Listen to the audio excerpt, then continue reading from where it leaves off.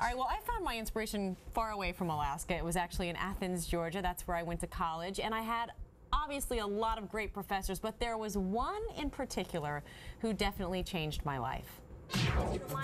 Back on campus at the University of Georgia, it was a reunion a long time coming. Nice to see you. Good to see you, too. Oh, very good. How are you? Good, welcome back. It's been 13 years. Can you believe it? Do you feel really, really old? Everyone looks really, really young on this campus. There's stories all around you. Hazinski, as he's known, is a tough-as-nails former NBC correspondent who heads up the broadcast journalism department. Where's General David Petraeus this morning?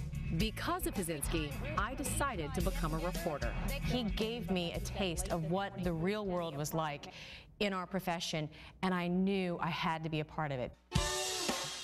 And it was great to see he's still toughening up aspiring journalists. And, you know, we yelled at her as much as we yell at you guys.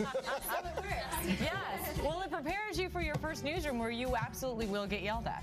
And Hazinski did more than prepare me. He inspired me, even though it was a little frightening at times. Roebuck!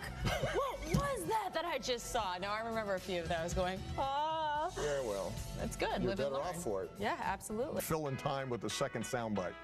Don't do that. He's crazy. Class is always kind of crazy. He's one of the craziest professors I've ever had.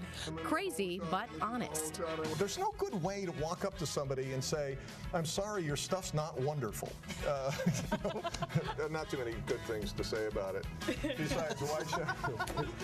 Aside from that, Mr. Lincoln, how was the play? Aside from white shot, and a pan from hell that wasn't even framed right. He knows. He's like the Simon Cowell of journalism because he's not afraid to tell you when you did not do a good job. The Department of Transportation has passed this intersection off as a failure. Now that's just embarrassing. We just had to look at my resume reel from my college days. That hairdo is kind of Dallas. The hair, the makeup, the voice. Asking all 5 Points residents to report any suspicious activity in the area. I think she likes telling stories. I think she likes the journalism part of it. She processes a lot of content very quickly. And I think that counts in the field and that counts anchoring. And I think that will serve her well forever. And Hazinski's advice still serves me well today. You said you weren't a real journalist unless two things happened to you. Number one, you're sued, and number two, you're fired. I remember that. Now, I've been sued. I haven't been fired yet. You have time.